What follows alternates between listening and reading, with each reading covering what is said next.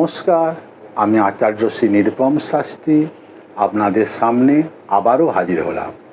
জয় মা কামাখ্যা। জন্মছকে যদি শাপিত দোষ থাকে তাহলে জীবনে কি ঘটতে পারে?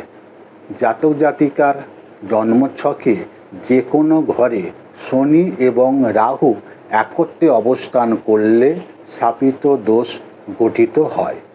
এই দোষে কি সমস্যা হতে পারে?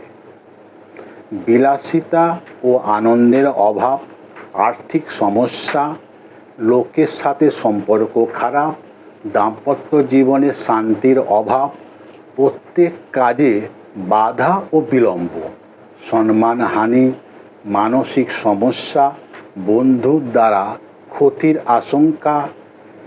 যে কোনো জাতক জাতিকার জন্মছকে এই দোষ যদি থাকে তাহলে অতি অবশ্যই ভালো কোনো জ্যোতিষীকে দেখিয়ে তার পরামর্শ নেওয়া অবশ্যই প্রয়োজন আছে।